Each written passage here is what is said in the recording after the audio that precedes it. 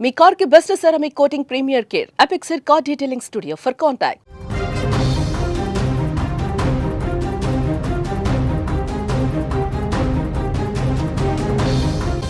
ఆంధ్రప్రదేశ్ మాజీ ముఖ్యమంత్రి వైఎస్ఆర్ కాంగ్రెస్ పార్టీ అధినేత వైఎస్ జగన్మోహన్ రెడ్డి సుదీర్ఘ విరామం తర్వాత నేడు హైదరాబాద్లోని నాంపల్లి సిబిఐ కోర్టుకు హాజరు కానున్నారు. అక్రమాస్తుల కేసుకు సంబంధించినటువంటి విచారణలో భాగంగా ఆయన చాలా సంవత్సరాల తర్వాత వ్యక్తిగతంగా కోర్టు మెట్లెక్కడం ఇప్పుడు తెలుగు రాష్ట్రాలలో రాజకీయ ప్రాధాన్యత సంతరించుకుంది.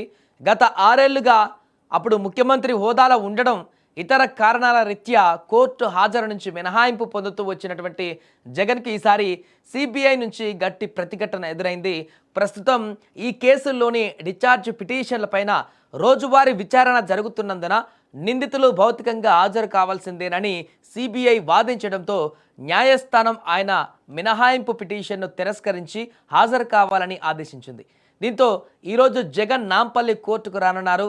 చివరిసారిగా వైఎస్ జగన్ 2020 జనవరి 10న నాంపల్లి సిబిఐ కోర్టుకు హాజరయ్యారు. అంటే దాదాపు 5 నుంచి 6 ఏళ్ల వరకు కూడా సమయం ఉంది. మళ్ళీ ఆ తర్వాత ఇప్పుడు కోర్టుకు హాజరవుతున్నారు.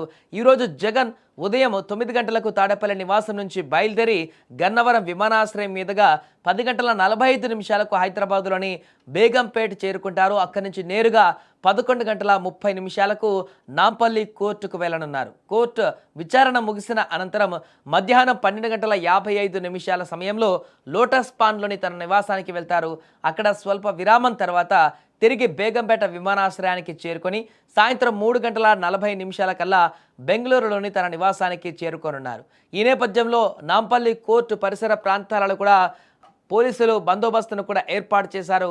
వైఎస్ జగన్ వస్తున్నటువంటి సందర్భంలో అక్కడ కట్టుదిట్టమైనటువంటి భద్రతను కూడా ఏర్పాటు చేశారు.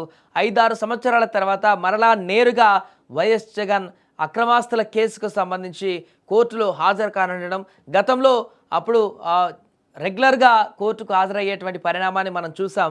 వైఎస్ జగన్ ముఖ్యమంత్రి కాకముందుకు ఆంధ్రప్రదేశ్కి, ఆ తర్వాత ముఖ్యమంత్రి అయిన తర్వాత మినహాయింపు పొందారు. భౌతికంగా కోర్టుకు హాజరవ్వడం నుంచి మినహాయింపు పొందినటువంటి సంగతి కూడా తెలిసిందే. ఇప్పుడు ఆంధ్రప్రదేశ్లో అధికారాన్ని కోల్పోయారు వైఎస్ జగన్.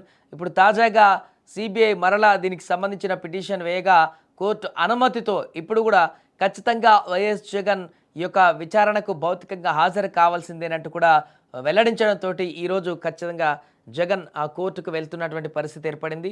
ఇక ఇదే కొనసాగితే మరలా అనేక సార్లు కూడా నాంపల్లి కోర్టులో వైఎస్ జగన్ విచారణకు హాజరయ్యేటువంటి అవకాశం కూడా కనిపిస్తుంది. ఏదేమైనా కూడా మరి కాసేపట్లోనే వైఎస్ జగన్ నాంపల్లి కోర్టులో హాజరు కానుండడం అయితే 2 తెలుగు రాష్ట్రాలలో కొంత రాజకీయ ప్రాధాన్యతను సంతరించుకుంది.